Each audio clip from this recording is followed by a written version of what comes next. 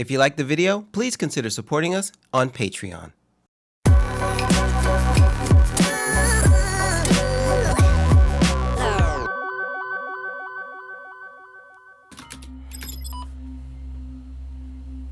Agent Delario, what do you make of this?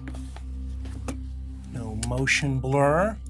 That's the fifth videographer this week changing their shutter speed to adjust their exposure. But why? They should know better. Wait, just detected something. Looks like someone left a watermark. A watermark? Yep. It's a secret digital calling card that only the most elite hackers with the most sophisticated gear can see.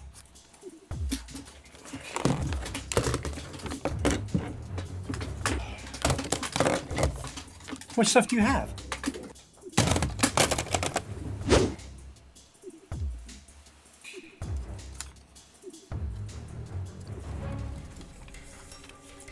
Ha! I should have known. What? Who are they?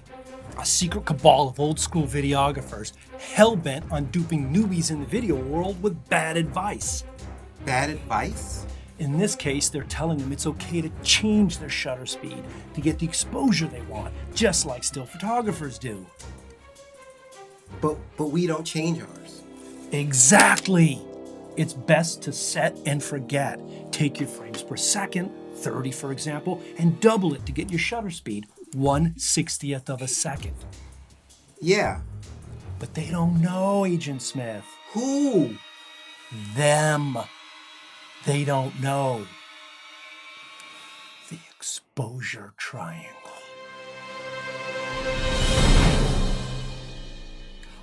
Oh, that was exposition.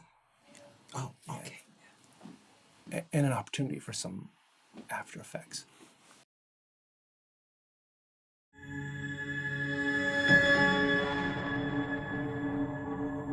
Welcome to Pull My Focus, Adventures in the World of Digital Filmmaking, where we give you the inside tips you need to make great video. One great aspect of shooting video is the correlation between aperture and ISO. They can easily be adjusted in equal proportions to help compensate for each other when you're trying to set exposure. In the still photography world, they have this exposure triangle that helps show these associations, and it includes shutter speeds. But in the video world, we don't change our shutter speed. It's fixed to our frames per second. Except when we have to, when we're shooting slow motion or green screen. So I guess it is a good idea that we do know how to compensate for it.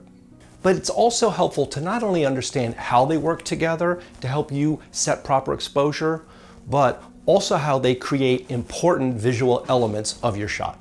Aperture, how much light you let through the lens. A cool looking mechanical device controls the aperture size. A wider aperture obviously lets in more light, and it also creates the effect of a shallower depth of field. Once you get down to f4 and even lower, like this, f1.8, you get a very shallow depth of field and you get that soft out of focus background with bokeh. A smaller, tighter aperture, on the other hand, lets in less light, but gives you a much wider depth of field. When you get up to f-stops like f16, like this, and higher, you can get a lot in focus, sometimes out to infinity. The smallest f-stop possible is a pinhole camera. It's good to know what the common f-stop increments are, but note that most lenses have 1/3 stops in between, and sometimes half. So that can kind of make it a little confusing, but just know what the common stop increments, and that'll make everything else fall into place. Shutter speed, the amount of time that light coming through the lens is allowed onto the sensor per second. Shutters in film cameras are mechanical rotating discs, but in the video world we have electronic shutters, which is the sensor being told to record a frame at certain intervals. We normally fix our shutter speed based on what frames per second we're shooting at. We double our FPS to get an approximate shutter speed.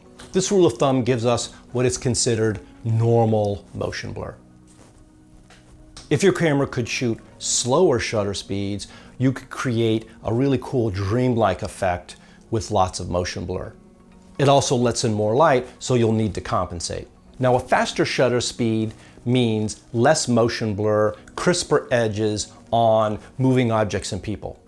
DP Janis Kaminski used this effect in action scenes on Saving Private Ryan by shooting with shutter speeds 2 and even 4 times faster than normal to create a hyper-realistic effect.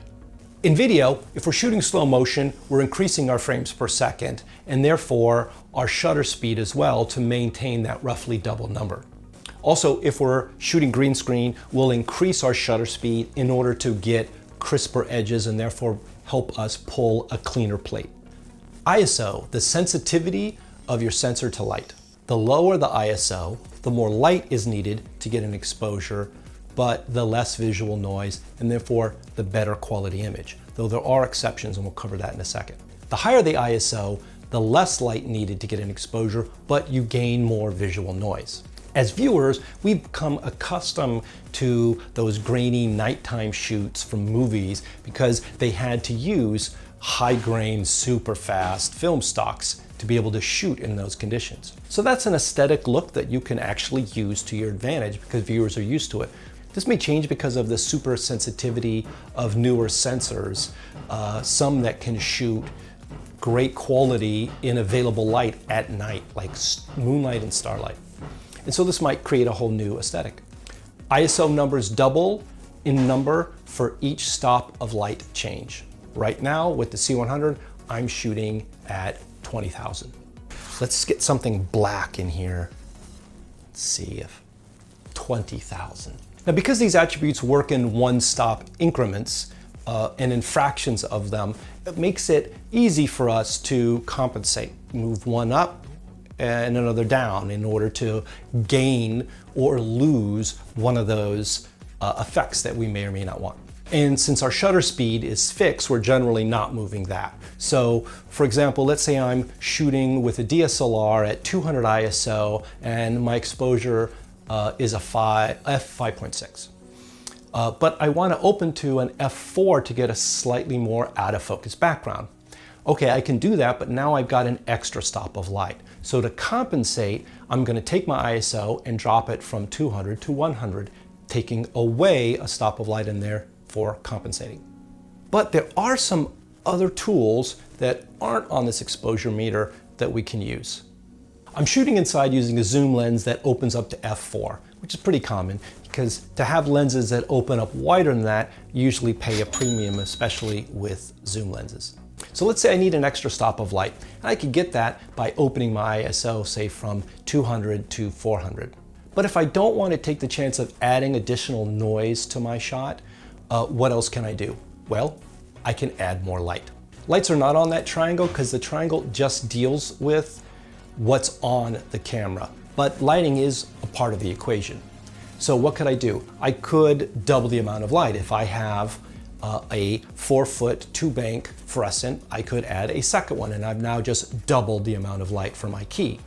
I may have to also increase my fill and ambient light to keep the same contrast ratio. Another thing I could do is move the light closer. If I half the distance between my subject and the light, I've now increased my light by 1 stop. But that's only if the framing allows for it. But what if I'm shooting outside and I have too much light? I want to shoot at an f2 to get that soft out of focus background, but I'm getting an f16. That's a 6-stop difference. In this case, I'm shooting with the C100, whose native ISO is 850. I could lower the ISO to 400, 200, 100. That's a 3-stop difference. I'm almost there. But remember earlier when I mentioned that lowering the ISO doesn't always give you a better image quality? Well, this is one of those cases. With film, it definitely was the case because you got a finer and finer grain. But digital sensors are different. They all have a native ISO that they shoot at optimally. DSLRs, it's usually 100, 160, 200 ISO. You have to check for what your camera is. For the C100, it happens to be 850. And the issue of lowering your ISO on a C100 below 850 is that you can lose detail in the whites. So I basically just never go below 850. So what to do? NDs to the rescue. Neutral density filters are either screwed onto the front of your lens or they may be built in like they are in the C100 and slide into place behind the lens. They absorb light generally in one-stop increments, 1, 2, 3, 4 and higher, and can be ganged together if needed. With a DSLR at 200 ISO, I just need like an ND3 or 4 to get down to that f2 I want to shoot at. But with the C100, it's 6 stops, but no problem. The built-in ND filter goes that far. So that's the exposure triangle with some added extras. If this is all new to you and you're having a hard time getting it all, don't fret. It takes a little bit of time and practice using your gear, but you'll get it. Thanks for watching. Check out pullmyfocus.tv for the companion articles to go with our videos. Don't forget to hit subscribe and to tap the bell button to get notifications when we have new shows that come out. And if you find what we're doing helpful and informative, consider backing us on Patreon. With a small monthly pledge, you're investing in our ability to bring you more inside tips to make great video. Thanks. Scene 1, shot 1, take 1. A watermark? Yeah, a secret digital calling call that only the... Let's do it again from the top. In this case, they're telling them it's okay to change their shutter speed. Okay. But we don't change ours. Fuck, I don't want to break it. I thought I'd rip it. Okay.